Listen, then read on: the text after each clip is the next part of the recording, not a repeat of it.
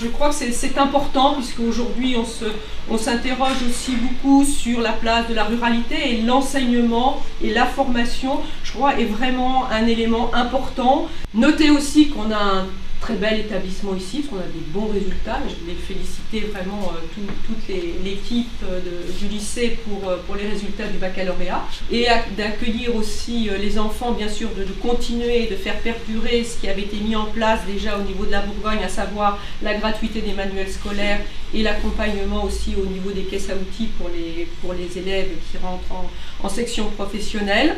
On vit quand même en cité scolaire, et c'est important de savoir qu'au niveau de la cité scolaire, on a dépassé les 1000 élèves cette année.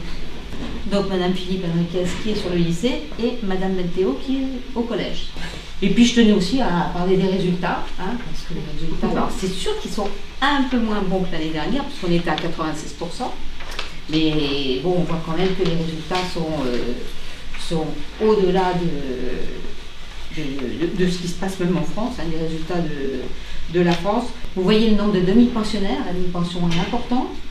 742 demi-pensionnaires, on parle que des élèves, parce que si on rajoute les commensaux, le Greta, c'est quand même c'est important. En durée en fin de service. Le service commence à 11h30 jusqu'à 13h15. Voilà. À peu près, ces jours-ci, nous avons un effectif de 800 repas par jour. Enfin, le midi, sur le service du midi. Oui, le soir, oui. Ça, c'est un petit peu... pour là aussi améliorer les conditions de travail des personnels, avec des bancs chaudes, une vitrine céramique, des vitrines réfrigérées et tout un salade-bar. Pour un coût d'environ 74 000 €. Nous avons également donc, des travaux sur des reprises d'étanchéité au niveau des caniveaux de sol en cuisine, qui ont été refaits donc, partiellement. Et également, donc, suite à des problèmes d'étanchéité, donc une reprise des faux plafonds dans le foyer des internes qui se trouvent au rez-de-chaussée. Et parce que là, on est sous la cuisine. Oui. D'accord. Voilà. Oui, donc du coup, c'est une zone qui a beaucoup d'eau. Tous les rez-de-chaussée de la restauration, les réserves alimentaires qui vont être carrelées, avec un sol qui va être complètement rénové, et donc la création d'un local de convivialité pour les personnels techniques. Oui, je pense que c'est effectivement une bonne chose. Internat aussi, c'est une chance d'avoir un internat, parce que ça peut être aussi un moment privilégié au niveau de ses études, de peut-être sans rompre avec son milieu familial, mais de pouvoir étudier aussi dans d'autres conditions. Donc nous avons 4 niveaux, ils sont tous identiques quasiment. Donc c'est des chambres de 4. Il y a des 4, il y en a 3 aussi. Oui. Ça dépend. Bon, ils donnent l'espace, Oui, c'est ce que je veux dire. L'image aussi, oui, c'est ça, parce que je crois qu'il y a un projet pédagogique et éducatif de qualité dans un internat, avec tout ce qu'on peut offrir, et effectivement que ce soit un moteur dans un établissement. Là, ils restent dans les chambres le soir après 20h. Ils ont une heure d'études obligatoire. Bon, il y a des assistants d'éducation qui sont là, qui peuvent les aider. Mais il y a une possibilité aussi de faire de l'étude obligatoire au niveau du lycée entre 17 et 18 heures, avec des enseignants qui effectuent des permanences. On va traverser la rue, on va aller vers le bâtiment B. Les terminales et les premières et les terminales, eux, peuvent sortir plus librement.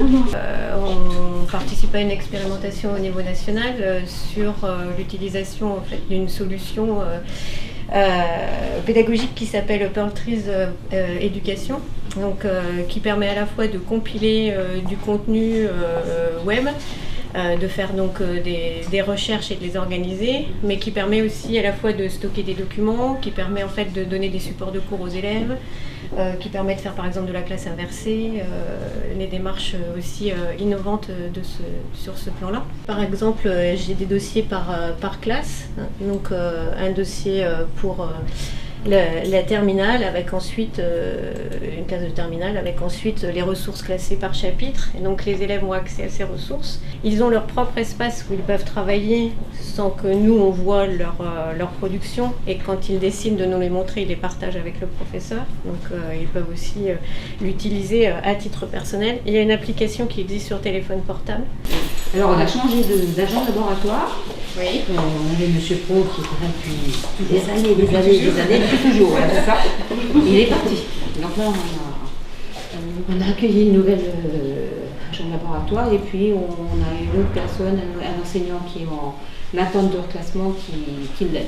Les salles sont vraiment à voir, que ce soit les salles de physique ou la salle de sciences avec les paillasses là-bas, c'est quand même c'est vieillot.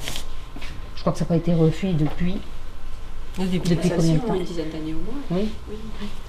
Ah oui, on le voit, c'est quand même un truc. Oui, effectivement, on voit que celles-ci, elles sont d'origine. Oui. Donc elles ont 40 ans. Surtout que le pôle scientifique est quand même important ici. Les élèves sont beaucoup sur la section S. Et oui, on a 2 classes de S en première, 2 classes en terminale. Oui,